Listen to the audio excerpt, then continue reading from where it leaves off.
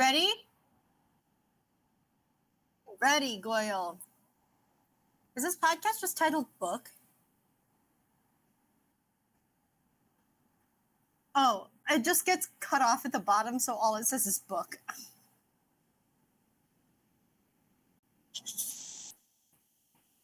Just incredible. It's just great. Right?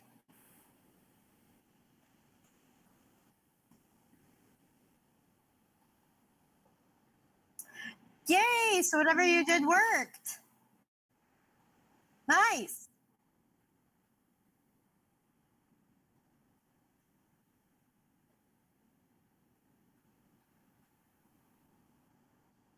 Mm-hmm. Nice. Interesting.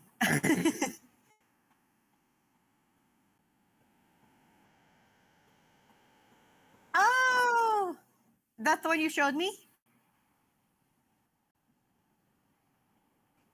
Oh, gotcha.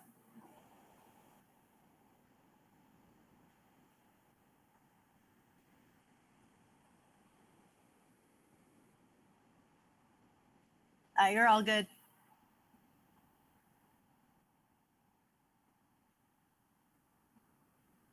No, I don't blame you at all. That little snack, little pod snack. Yes. Well, for those of you who are new here, this podcast is for just Callie and I, and sometimes Sam.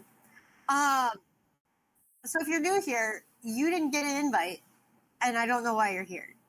So you could just go. If mysteries and shenanigans are your cup of tea, then you are welcome to stay. But if it's not your cup of tea and you have nothing, and you have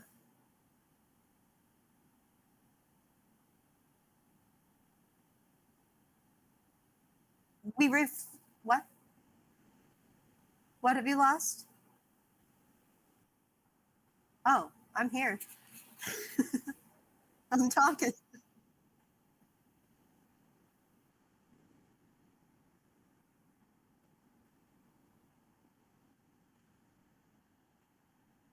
Oh, I was just frozen. All right, well, then let me reiterate. If mysteries and shenanigans are not your cup of tea, and if you bring quite literally anything but positive vibes to the table, then respectfully, goodbye. We don't want you here. Um, what we're going to be talking about on this current episode of the podcast today is we are going to be talking about the fourth installment of our book club, Treasure in a Royal Tower, where we read the book and we play the Nancy Drew game associated with that book, compare and contrast, and share our opinions. And boy, do we have opinions about this experience.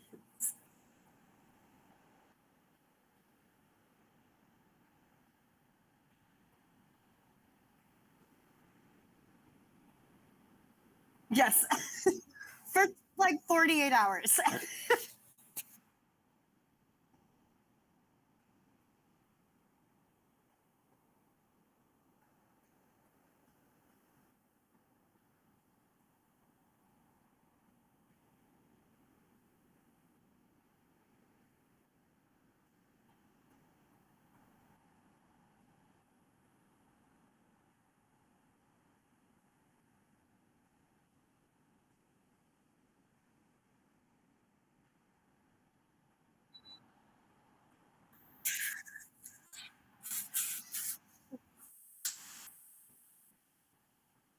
I still can't believe that happened.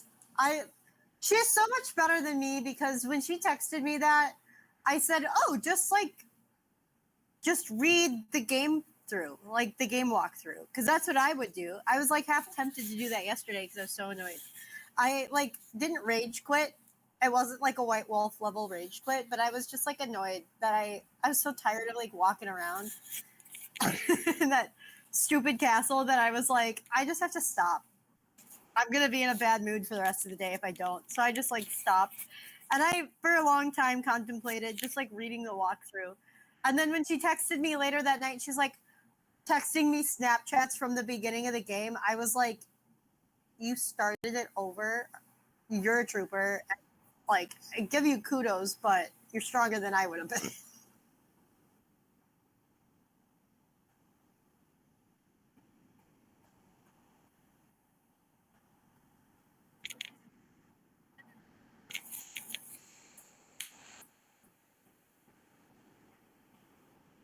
Yeah. Oh, that's not bad.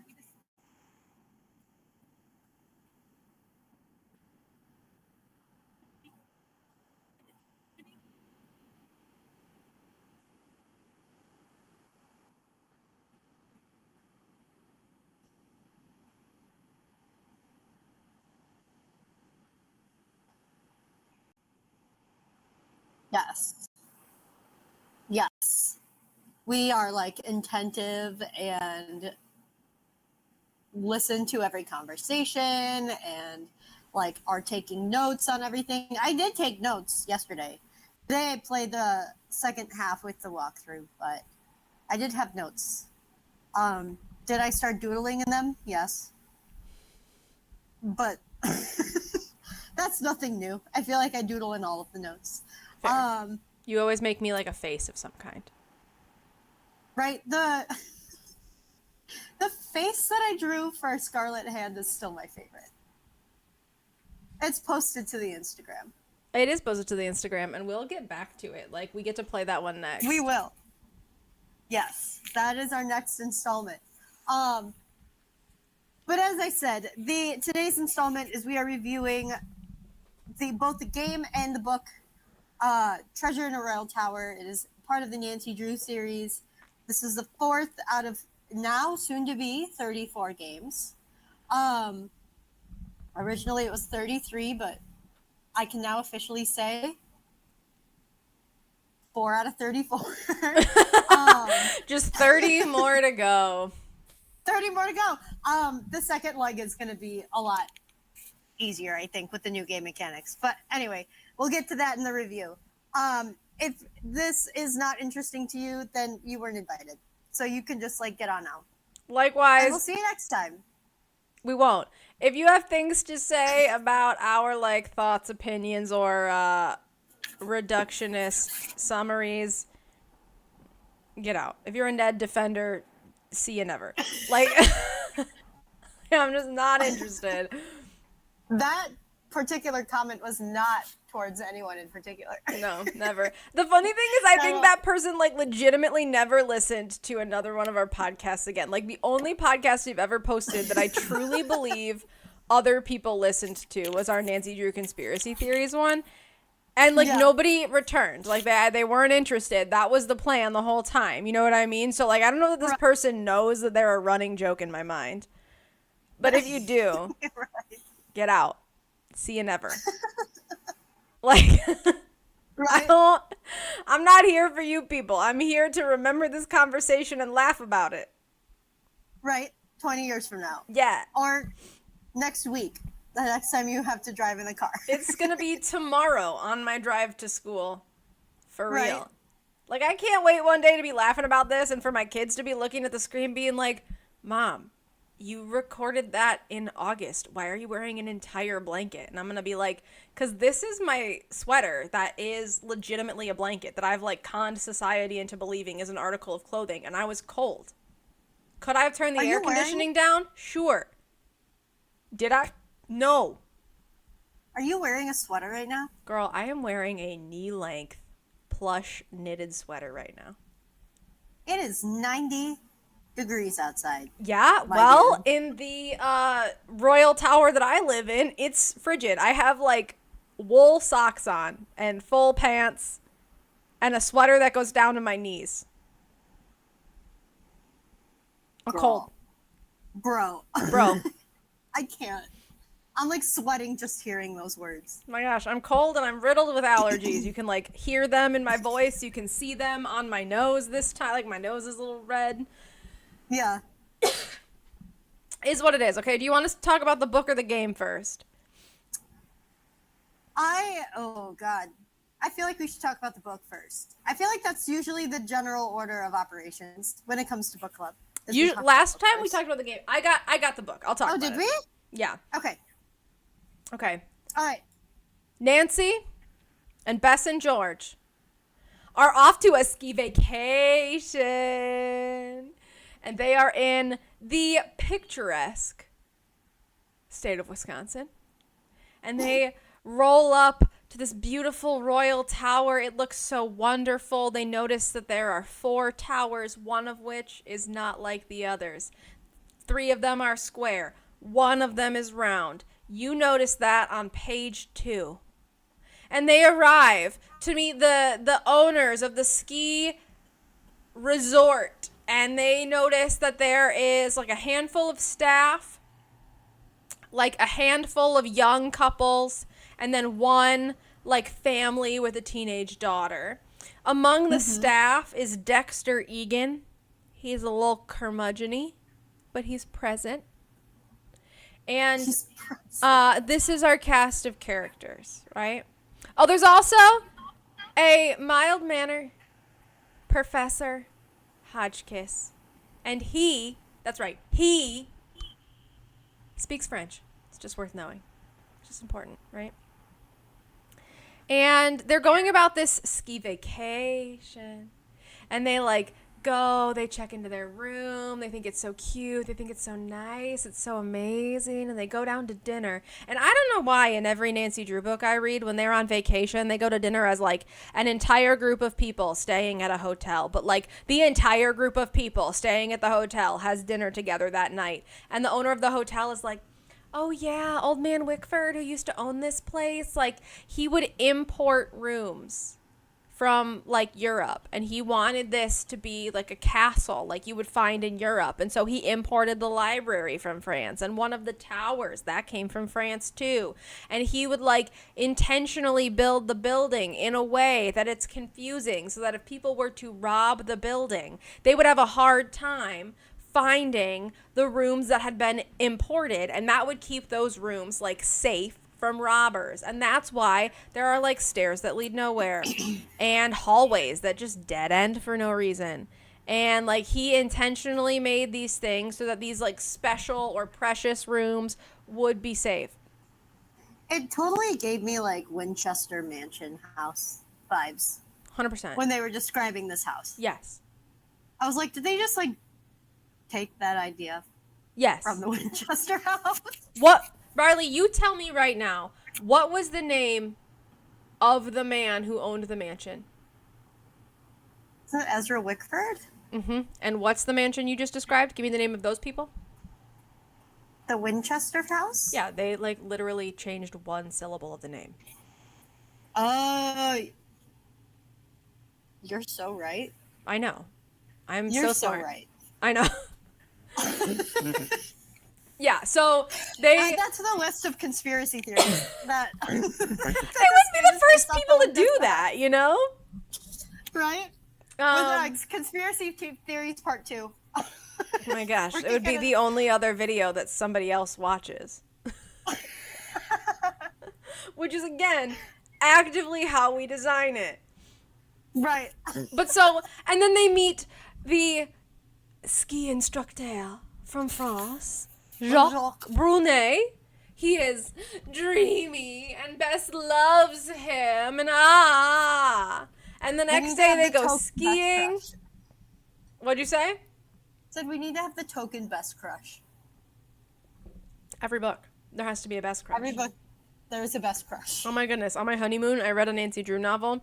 Also, at a skiing place, by the way. It was called Murder on the Ice. Oh, dang. Oh, dang. And there was a Bess crush, but there was also a George crush. I know. Dang, okay. Get it, George. And Ned was there. There was a lot of snuggling in that book. Anyway. Of course there was. However, there was no disgusting talk about people's arms like there was in Secrets Can Kill, so that was huge. I don't even want to talk about it. I can't. Every time I look at Sam, and we're like around podcast time, all I can think about is the arms thing. It's like I saw her today. Like we were podcasting late because I was at Sam's. And I knew we were coming back to podcast. And she gave me a hug goodbye. And all I could think about is I really like arms on a man. I just like, I really wish I could unhear that from 5 years ago. But I can't. It was so funny. So. The arms. I can't. Sam, when you never listen to this, you're welcome. Anyway. So they meet Jacques Brunet. They go skiing with Jacques the next day. And it's great. The daughter of like one of the teenage daughter of one of the couples, her name is Meg. She goes along. They have like a little budding friendship. It's great. When they get back, they find out that the historical library has been vandalized. And, like, people are understandably upset. The library is closed to visitors. There will be no visiting of the historic French library. And Nancy's like, oh, darn. I really wished that I could read a book in French, a language I can't read. And, you know, there are these, like, other people around, like, obviously Jacques reads in French, and the owner of the hotel at dinner the night before had let slip that, like, the guy who built the mansion really truly believed that there was a historical treasure here. And, you know, then everybody's like, well, I don't read French. Well, I don't read French. And we're all like, Professor Hotchkiss, he reads in French. And there's this, like, random photojournalist who's also there, and she's like, golly gee, I failed Spanish in high school. And we're all like, cool story, bro. Thanks for that. Right. Not helpful. We're not talking about Spanish. We're Not talking helpful about at French. all.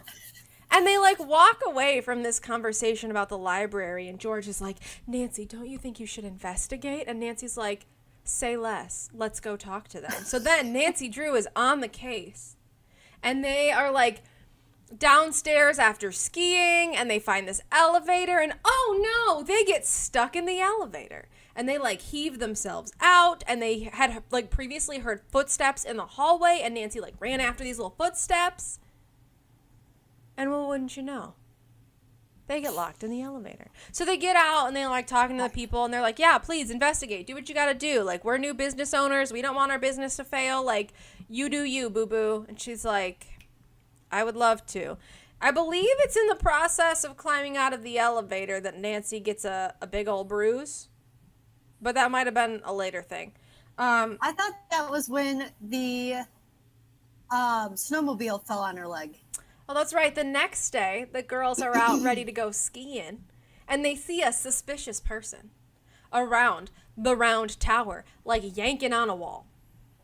And Nancy's like, what are they doing out there yanking on a wall? Let me go over and take a look. And George is like, dude, there's keys to the snowmobile. We could just go snowmobiling. And Bess is like, I don't know. And Nancy's like, sounds fun. I got to look at this person tugging on a wall, though, because that's really what ski vacations are all about.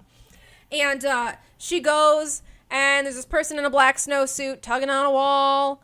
And they see Nancy, and then they push an entire snowmobile on top of her, jump on a different snowmobile, and then snowmobile away. So then George is like, Nancy, no! And then George jumps on a snowmobile and snowmobiles away. And Nancy's like, I'm under a snowmobile, though. Right, like, somebody get me out. And then Bess is like, I'll help!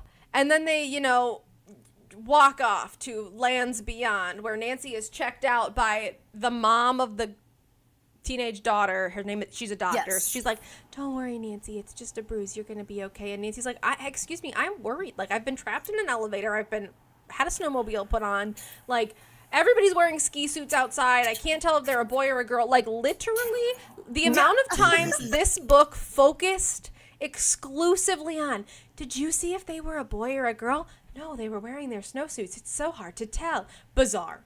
Like, that was brought up, like, probably once every 20 pages. And I'm just like, we get it. Snowsuits are bulky. We got it. But I still feel like you can tell. Not in the 90s, Riley. They're genderless snowsuits. You want to be gender neutral in the 90s, you wear a snowsuit every day, is what I learned from this book. Just wear a snowsuit. Like, insane. But then, when they're downstairs, Hotchkiss comes in and he's wearing a black snowsuit, and they're like, oh, he reads in French. Like, and then, you know, a lot of footsteps later, some suspicious sounds later, they find themselves inside the Royal Tower. Shock. It was actually probably like 4 pages later. Like, they break into the library, they get this red book, they decide to follow the sounds, they find their way into the Royal Tower, and who's at the top of the Royal Tower? Jacques Brunet. He speaks French. Ah! He speaks French. And Jacques spins this tale of his great-grandfather being the person who, like, helped to disassemble this building in order to ship it over to the United States for this building. And as he was disassembling it, he was able to find a bundle of letters that he attributed to Marie Antoinette and then hid back in the wall, and he had intended to come back and get the letters later, but they were already packed up to ship. And so Jacques is not, like, trying to steal anything. He didn't cause any destruction in the library. He's just, like, literally trying to find these letters that were so important to his grandfather. And he's, like... Exactly. He'll, like, take a leaf off the wall, see it's not there, put the leaf back on, like, glue it back in place. Like, he is actively not trying to vandalize anything. He just wants to find these historical records and bring them back to France. Whatever. Yes. Right?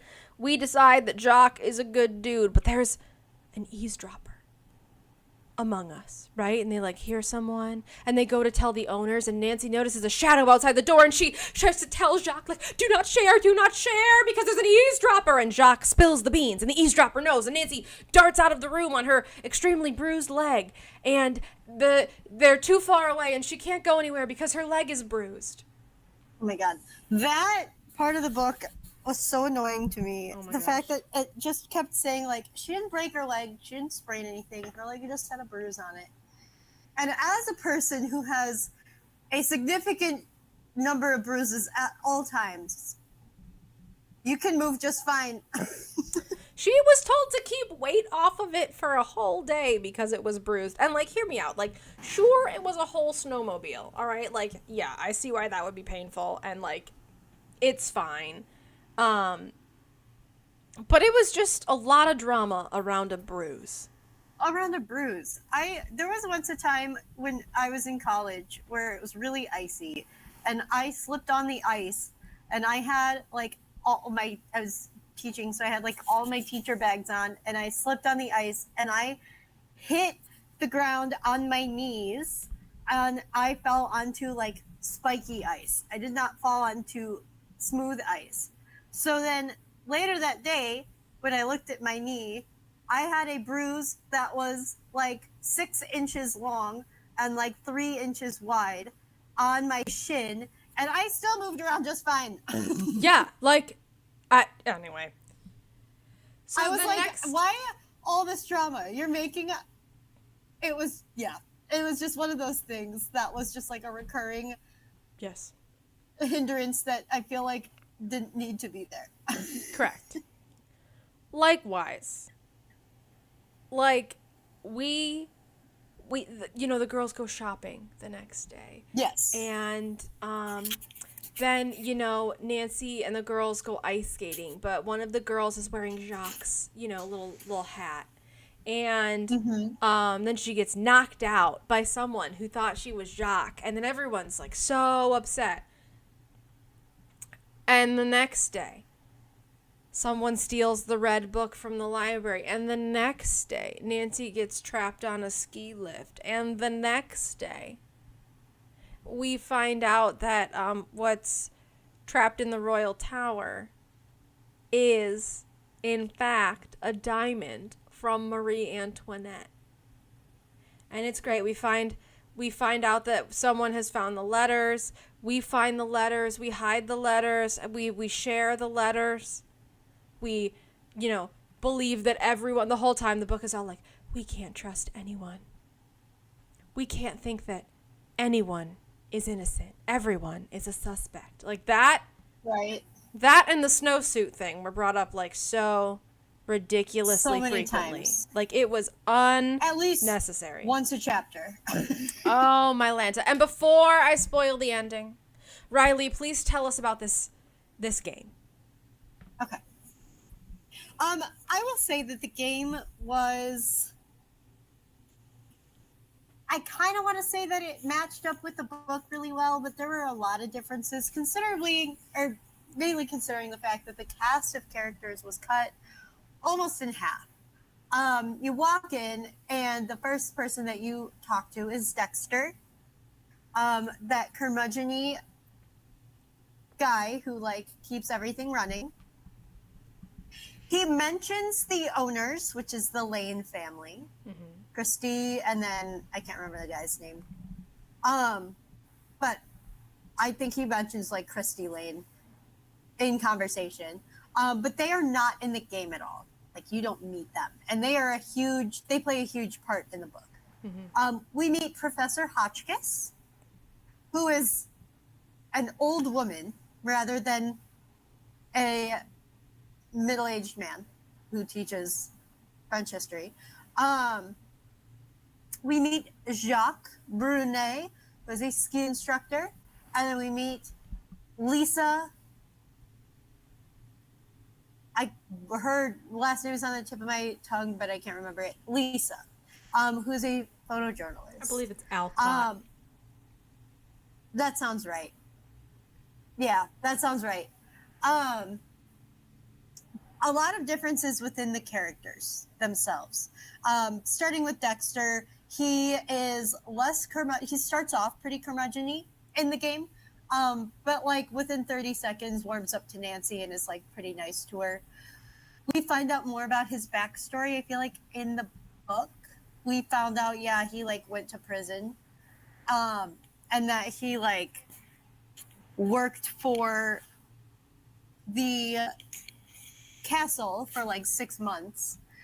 As opposed to the 30 years he had been boasting. Like, the legend in the book, which I, like, didn't cover because I didn't feel like it was super important to the story, but, like, his whole thing was, like, I've been working here for over 30 years, and, like, even when the castle was vacant, I was being paid to be the caretaker of the castle, and that's why I know so much about the castle. And then we come to find out, like, nah, Bro was in jail for 10 years and has been working at the castle for 6 months.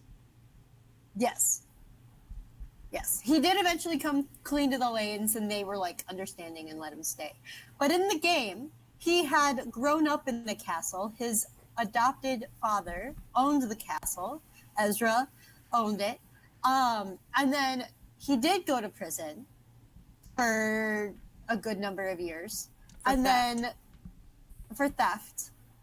And then upon getting out of prison, he started working at the castle where he grew up. So there was a lot more of a backstory with Dexter. And he was very friendly, I felt like. He was like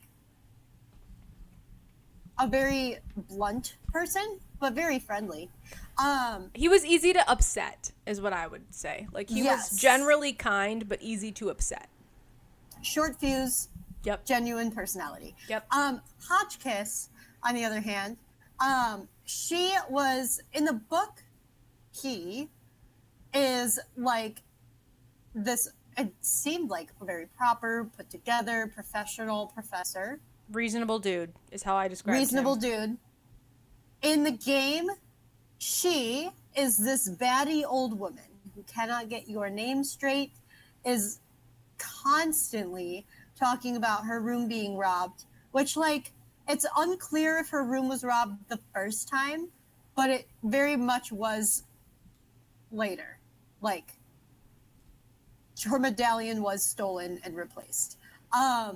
But she is crazy. She only talks to you between the hours of 3 a.m. and 6 a.m. She won't open the door for you either. Like, nope. She talks to you through a crack in the door.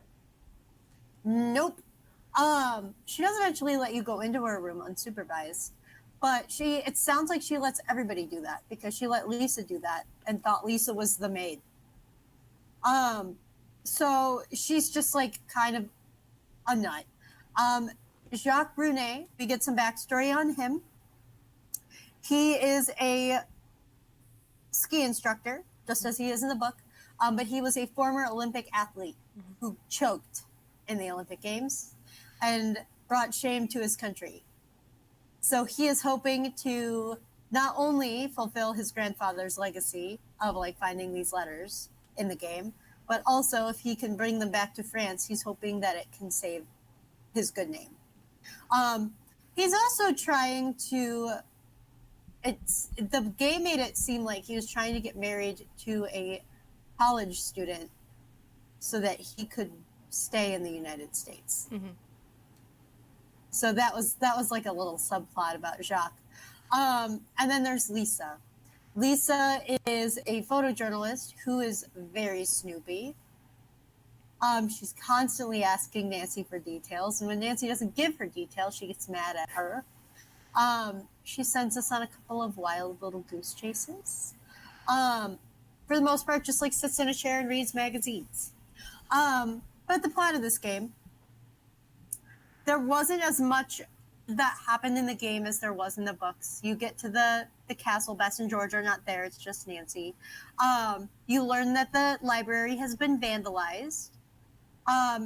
In your time at the castle, just kind of exploring and getting to know the people and getting to investigate, you get trapped in the elevator. So you have to climb out of the elevator. You, instead of getting stuck on the ski lift, you get locked out of the castle. Why Nancy can't just like walk around to the front door, I don't know. Instead, she goes to a shed and turns on the ski lift to get out of that.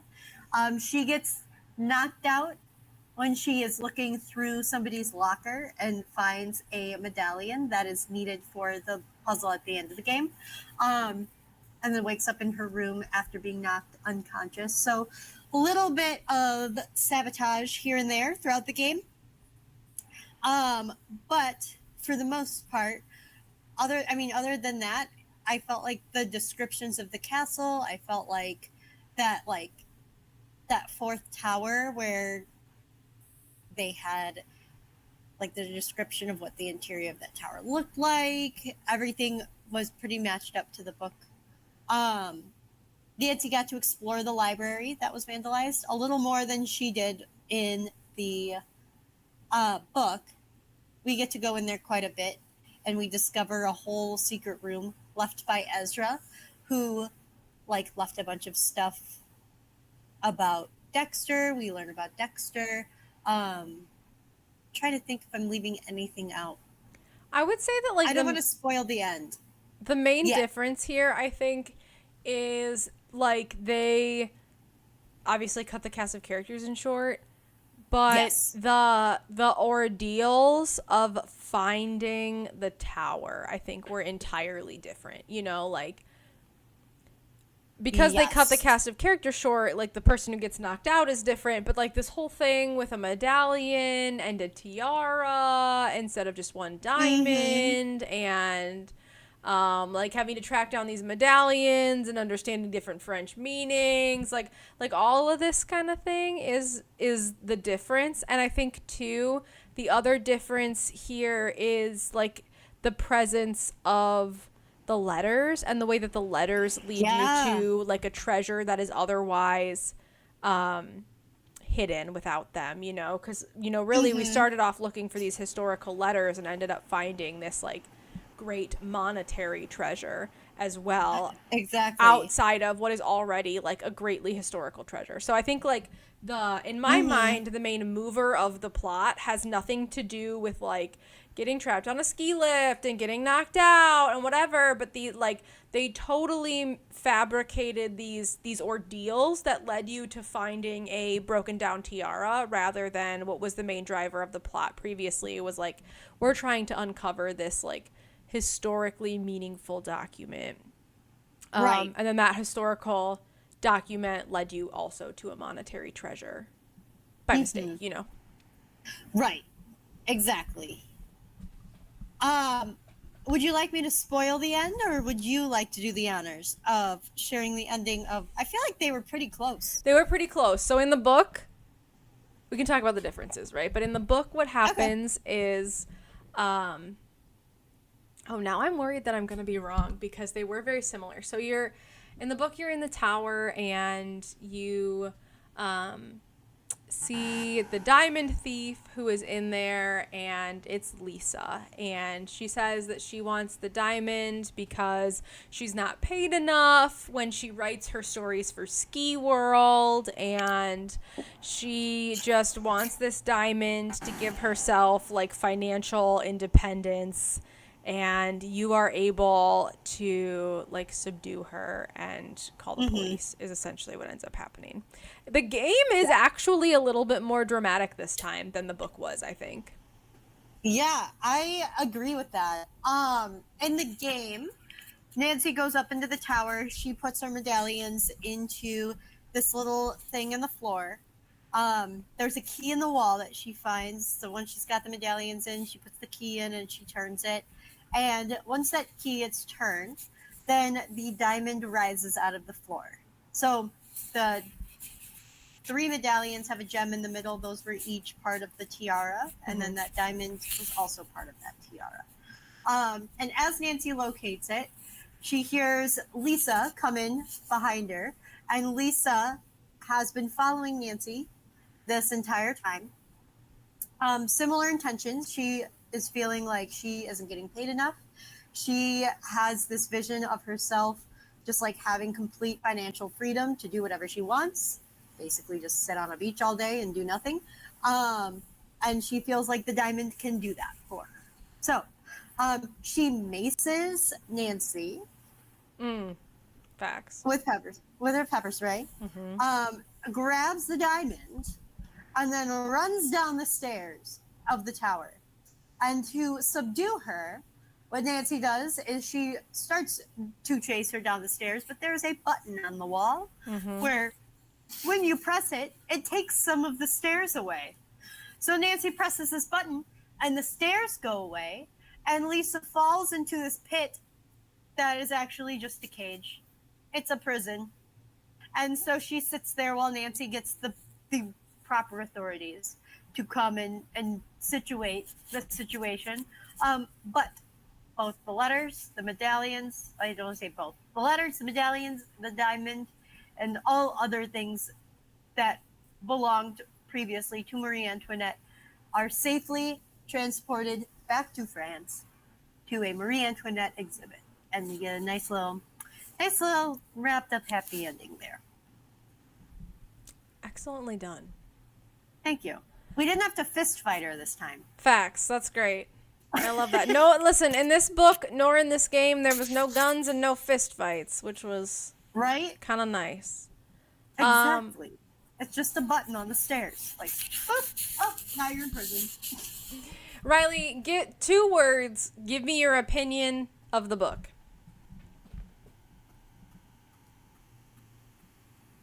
The book? Just the book. Give me your opinion of the book.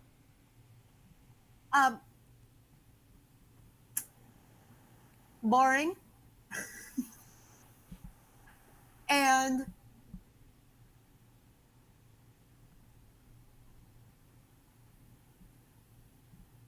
not riveting. That was 3 words, but I'll give it to you.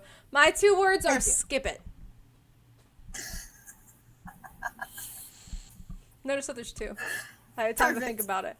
Right? Her previous answer was no thank you. Okay. Which is all I was thinking about when you asked me this question again. All I kept thinking was no thank you. But I can't say that. It's 2 words. And Callie already said it. Yes, I agree. Skip it. We had this conversation in the car. Of all of the Nancy Drew books that we've read so far in this series, this one has to be my least favorite. Oh, 10 out of 10.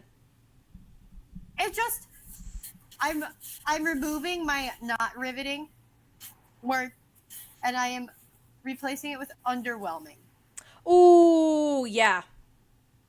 Because I feel like we have become accustomed to like early Nancy Drew games that are not very riveting. But the books are wild. Books are wild. Like there's a whole gunfight in the park in the first book. there is a total stalker in the second one. Mm-hmm. The third one is just like there's a lot going on.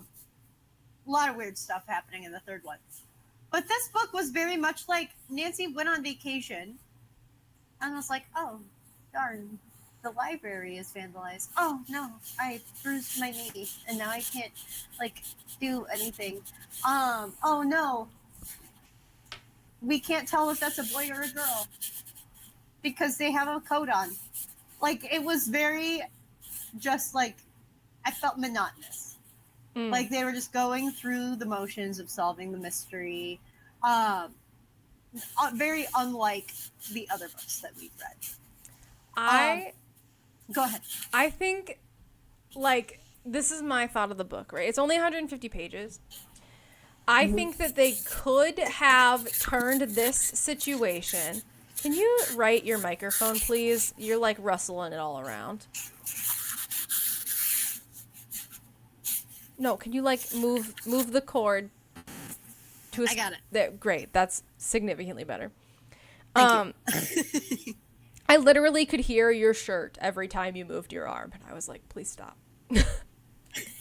So I feel like this book like could have been interesting and these stakes could have been more real, but what they did on this was a nice little rush job. Like, let's get this out by Christmas. What do we need? We need 3 accidents, 4 suspicious people, and some gender identity problems, and that'll make a good book. Okay, 150 pages seems bindable. You know, like I think that, like, I read another Nancy Drew book about a ski vacation and some murder, and I actually had a really fun time with it. The difference was that book was 220 pages, and they had, like, time to build suspense and to build it well, as opposed to this, which just felt like, oh, we got 2 months till Christmas. Let's just knock this one out and throw it on the shelves, and people will buy it. Like, I just felt like this one was a rush job. I agree. I think what you said about, like, the other one that you read being a ski resort mystery had time to build suspense. I think that's a perfect way to put it, because I didn't feel suspense at all. Not a single moment, no. And, like, I felt suspense in the other 3 books that we read, even though I played those games like 8 million times, and I know generally what happens. The books generally don't match up exactly right. Mm-hmm. But I still felt suspense reading the other 3. Mm-hmm. This one, it was very just like you said, rush job, roll with the punches. Yep. Check the boxes, get the book on the shelves. It's got a yellow binding. People are going to buy it. Like, yeah. Yeah. If I could like do my 2 words over again, I would have said no stakes, right? Like, there were no stakes in this book. You know what I mean? Exactly. There were dangerous things happening, but I didn't really feel the suspense of them. I kind of felt like they were just tokens or check boxes or, like, over dramatic for no reason. You know what I mean? Like, exactly. Yeah, this book wasn't it. Yeah. Give me what are your thoughts on the game? Okay, I hate this game. Listen, we know we were here when I played the game for the very first time. Like, I played the game for the very first time on the internet. I hate this game. Here are the 3 reasons why I hate this game. 1, the mechanics are infuriating. If you want to move 2 steps, you have to move your mouse twice, even if you're still moving in the same direction. Like, there is no speed clicking to get through the room faster. Like, you have to move your mouse for every single movement you want to make, and that is so frustrating. 2. That was hard for me, because we know how I Aries through every location. Oh my gosh. It was so frustrating. Number 2, the map is too big. There is no reasonable way to get from one place to another. The, like, shortest distance you are going is from the front desk to the library, and even that takes 9 clicks. Like, it's unreasonable to maneuver around. It is the map is too big to have that many bad mechanics. And I get it. The game is early and this was like great technology for the time. Like I understand that. I don't need anyone to like defend this to me. I know that I have like the privilege of playing this in a time of evolved technology. Nevertheless, the map is too big. Like even if you had the point and click technology we have now, I would complain the same way that like they really leaned into like hallways that dead end, stairs that go nowhere, like all of that shenanigans. But like the map is too big for it to be fun. Like you can have some of those shenanigans on a smaller map and like that's fine. Well, we have those shenanigans on other castle maps. Blackmore Manor has dead ends. That is a reasonably large map. But like you are able to interact with every space within that map. Yeah. Even the dead ends. The Germany game that also takes place in a castle with the Beast, that is also a castle with a generally pretty large map. That is also partially this map again. Like they scaled this map down and used it in the Germany game. Yeah. But you interact with every space in that game. It serves a purpose in that game. There's no reason why we need to have 3 hallways with 15 rooms in just the basement that you can't go into. Yeah. It's like you should be able to just go down the stairs and be in the ski locker room.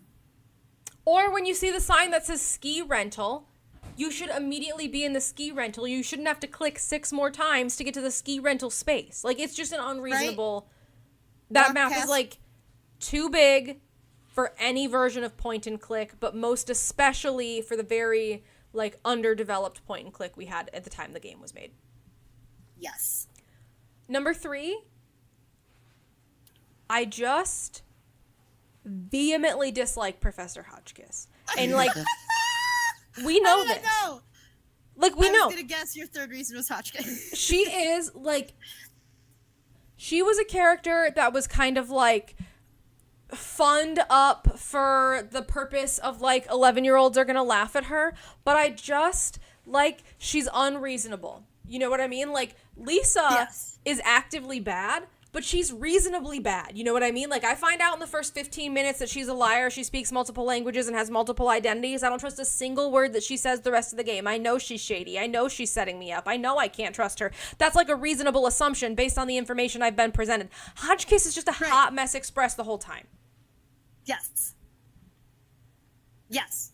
And like everybody else in the game understands that as well. Like, Dexter is even like, can you just deal with her? Because I don't want to.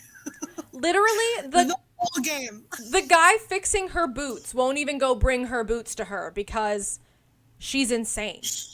Yeah. Like, I would like couscous for dinner. Actually, this is really how this goes. I want candy. But if I can't have candy, I would like you to get me couscous. And if I can't have couscous, I don't really like meat, but please give me 50 chicken wings.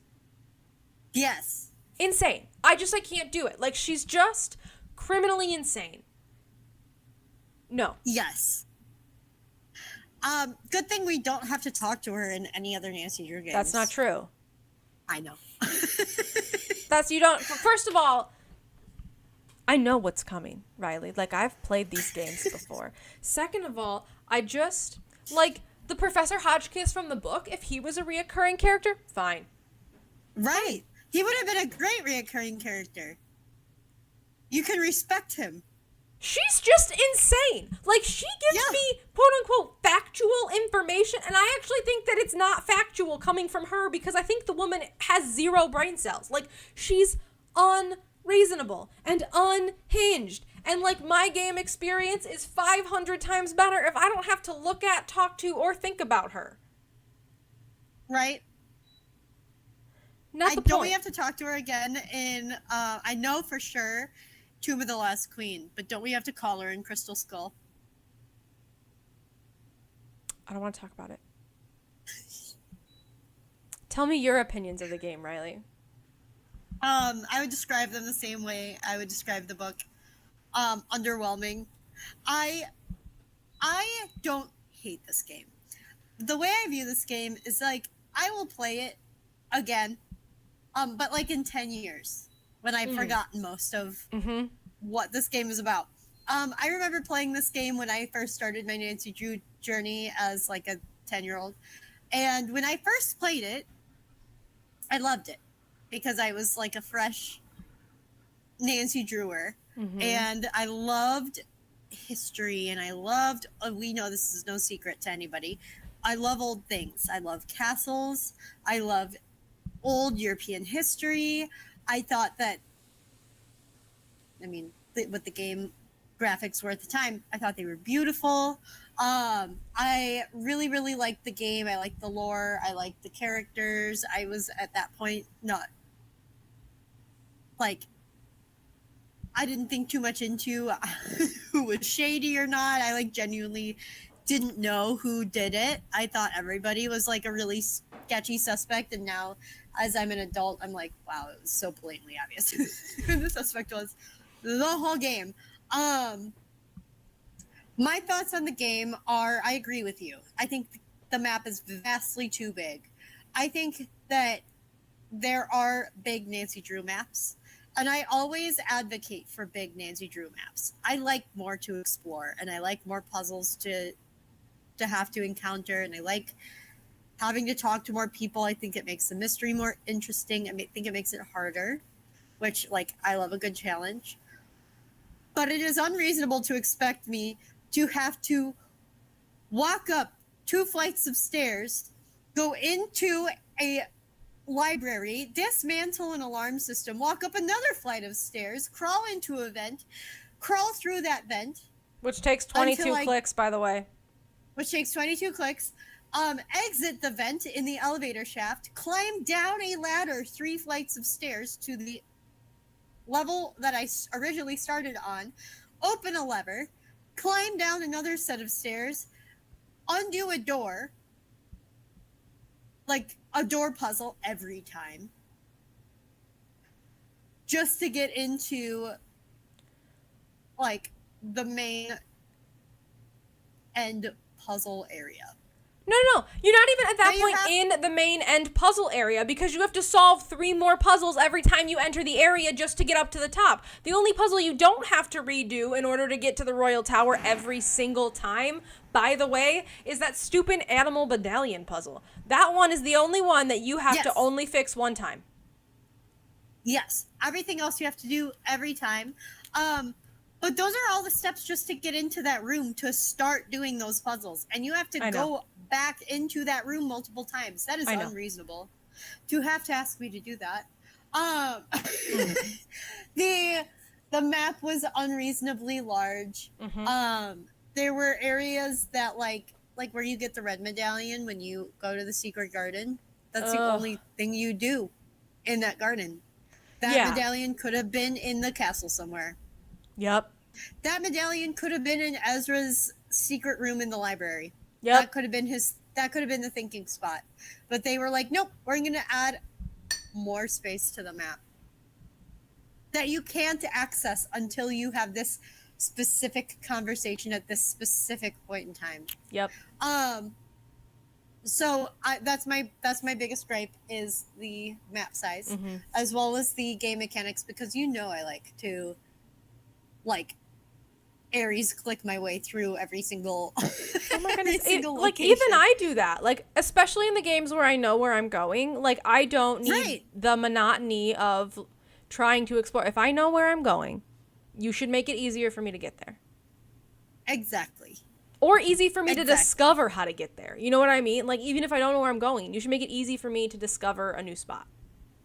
Yeah. Yes. Exactly. And as we get into the later games, things do become easier. They allow you to explore like every area that you want to explore. And that game, you just may not be able to do all the puzzles yet until you have the things that you need to do those puzzles. Which I think is reasonable. Yes, I agree. Yeah. I think it's very reasonable. Because it gives you like a list of things to do. Whereas in like this game, you have to do each step in a specific order. one after the other in order to do the things that you need to do. The other thing that I like, just on the topic of like lack of suspense, in most Nancy Drew games, there are like near-death experiences scattered in a little bit, where you have to do a puzzle really fast in order to not die. And I feel like there wasn't any in this game. The only one I can think of is maybe the time where she got locked out. Yeah. And maybe this was a glitch on my system, but that wasn't timed for me. Like, I didn't have... That's a glitch on your system, because anytime you went outside, you had a timer. Yeah, I did not have a timer. Yeah. So I just, like, moseyed around. In fairness, I didn't have it. Like, that timer was made for an 11-year-old. Like, I played on Junior Detective. So, like, the timer was pretty long, but you had a timer. You know what I mean? I only know because I walked away from the game for a little bit, and they were like, Nancy froze. And I'm like, oh, yeah, that's on me. I went to go eat a cookie, and I, like, petted the cats, and then I came back 10 minutes later, and it's like, okay, all right. There is a timer. Right. It's a long timer, but there is one. Yeah. So that was a glitch on my side. Yeah. I did not get the timer, so I just, like, moseyed around outside. I, like, explored the garden, walked around in the snow, just, like, hung out in the shed for a little bit. I had not a care in the world. Yeah. And so, like, for me, there was no suspenseful moment. Even when Nancy's, like, in the elevator shaft. That would have been a perfect time to be like, okay, like, figure out a way to get out of this elevator before it falls. And she's just like, oh, look, the door. And, like, climbs right on out. Yeah. And I feel like there weren't... You know what? We have this gripe about Game 33. There were no puzzles in this game. Now that I'm thinking about it. There were like 4. Yeah, it's kind of... Okay, this really is like... The things I complain about in Game 33 are similar to the things I complain about in this game. Yes. Map was too big. Too much talking to people. Not enough puzzles. Yes. Don't like the characters. I liked Dexter. I did like Dexter. It's hard for me to dislike Dexter.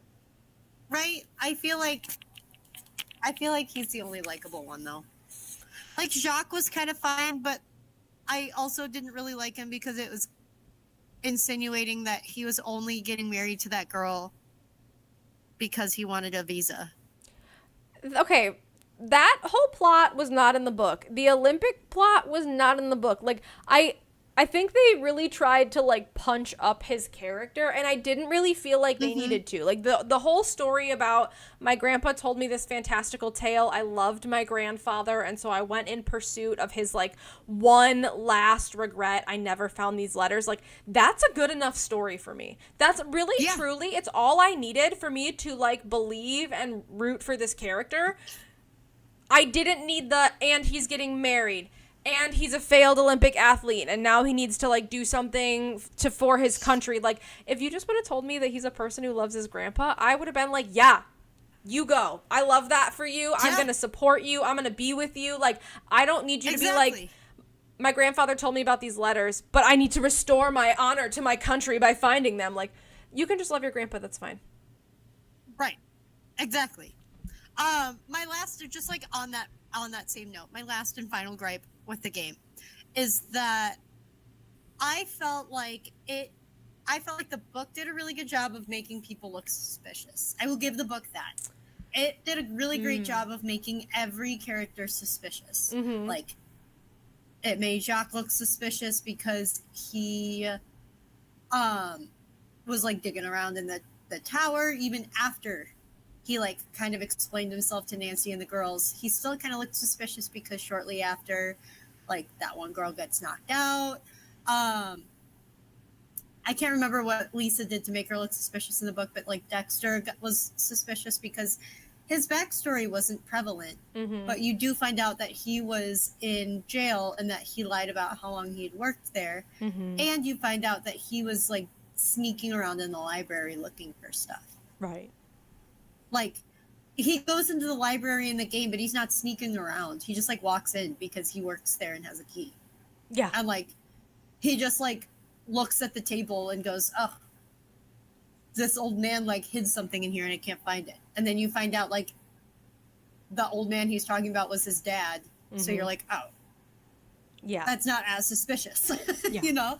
But I feel like the game really tried and failed to make other people look suspicious. Like I think all of, like you said, like they tried to punch up Jacques with all that extra stuff. The grandpa story was fine. it was enough. You didn't need to make him look more suspicious. Like Nancy still thought he was suspicious in the book after he explained himself with the grandpa story. You didn't need to make him more suspicious by having him like disappear and like have all of this stuff with the girlfriend and have the immigration letter and like all of that. Hotchkiss didn't really look suspicious at all. She's just stupid. Too crazy to do anything. But I feel like they tried to make Dexter look really randomly suspicious by like having Lisa make up stories about him. When really it like just made Lisa look more suspicious because I feel like they recognized that they made her so obvious with the multiple identities and the lies about like how many languages she spoke that like it was too obvious too early in the game. Yeah. And then they like would sprinkle in other things like how Hotchkiss said that Lisa lied to her about being a maid and like went into her room. Yeah. And like snooped around. And then they were like backpedaling and trying to make other people look suspicious. When really like you knew who it was the whole time. The whole time. Yeah. But even Nancy knew too. Like when Lisa started making up stories like, oh, Ezra or Dexter brought like a gold thing or a golden green thing into the shed. Nancy was like, why don't you come with me to check it out? Yeah. Like even Nancy knows that it's her. Yeah. And it was just, it made it less like there are some games where we play them and it's like kind of obvious like who it is. This one being included in all this. But there are definitely a lot of Nancy Drew games where I genuinely don't know. Like if I'm playing it for the first time, I don't know who it is. And that makes it fun. Like part of the fun is like you trying to piece together the clues yourself and like determine who you think it is. Yeah. And that's what I like about the Germany game is like at the end the monster finds you and they're in a costume and you pick. Like and you can be wrong. You think it is. Yeah. And you can be wrong. Like that's half the fun. And they took the fun away and then like tried to backpedal with it and it like didn't work. Yeah. As an 11-year-old, I totally bought it, but as an old person. Well, and I played all of these games as an adult, you know what I mean? And I I played this one the first time on the internet. And I said in the first probably like 20 minutes, like, it's this person. Yeah, it's Lisa. Yeah. It has to be. She's the only one that you can't consistently trust. Well, she's the only one that you don't, like, you have no reason to care about her. You know what I mean? Like, you are given a good reason to care about Dexter. You are given, like, an okay reason to care about Jacques. Hotchkiss is Hotchkiss and nobody believes she's bad. Like, you are given no reason to care about Lisa. Yeah. At all. No. Yeah. And those are the games where it is obvious. Not just this one, but like other Nancy Drew games. When you don't get a backstory on a character, they just exist to be bad. Like, you know it's them. But yeah. Just on that thought, what if, like, in a future game, Hotchkiss is the villain? Like, what a freaking plot twist that would be. If you are, like, if Hotchkiss is not on the phone with you in a future game, but she is in person, and she, like, completely snaps. Like, she's already crazy, but she, like, really snaps and is, like, so invested in her work that she goes through like extreme lengths to get the information that she's looking for and ends up being the bad guy. a theory that I was going to bring up for conspiracy theories, but I don't know that I've ever said out loud to you. I don't think you have. Is that Hotchkiss and Charlena Parcell are villains.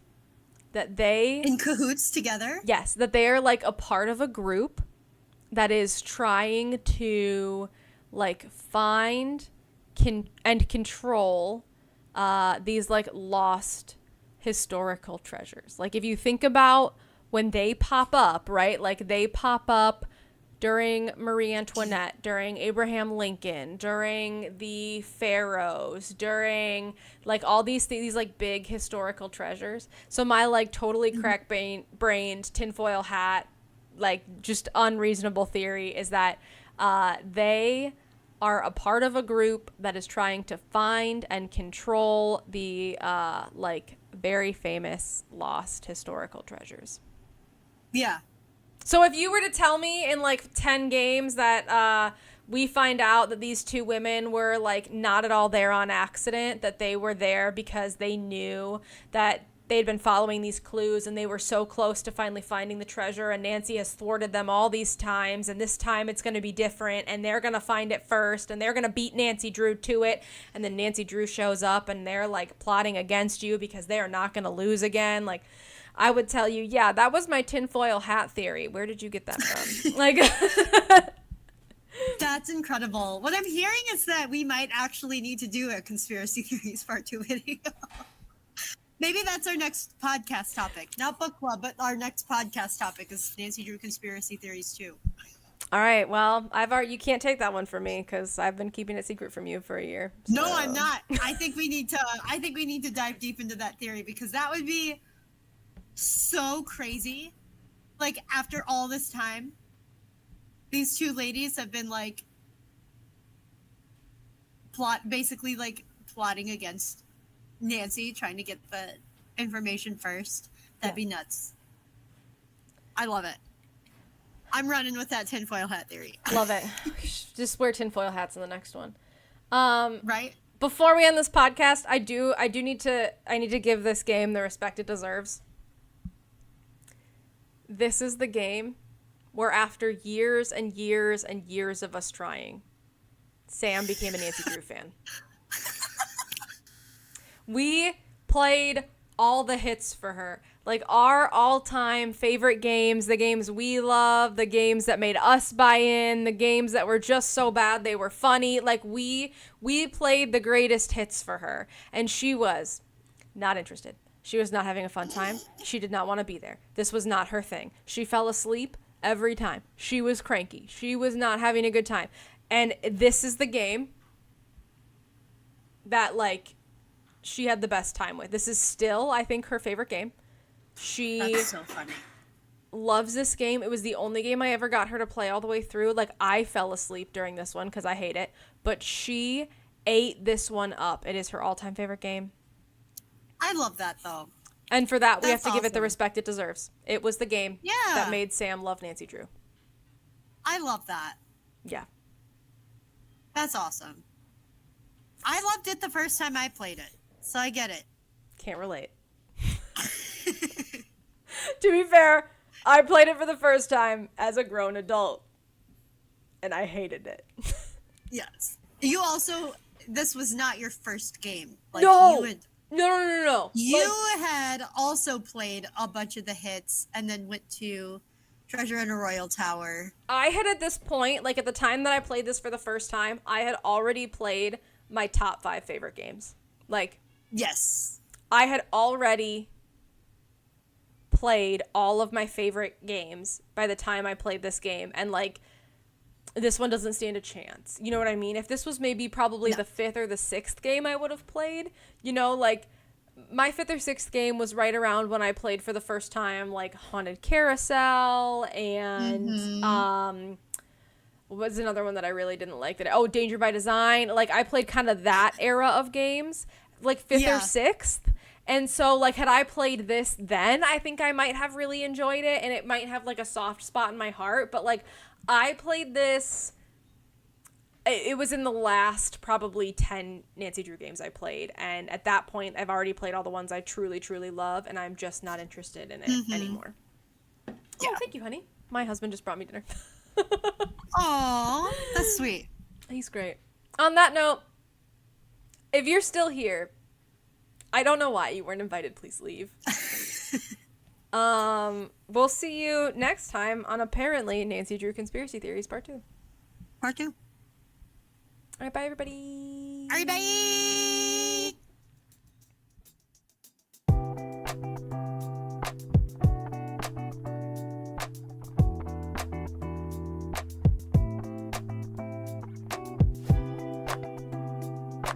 Ah.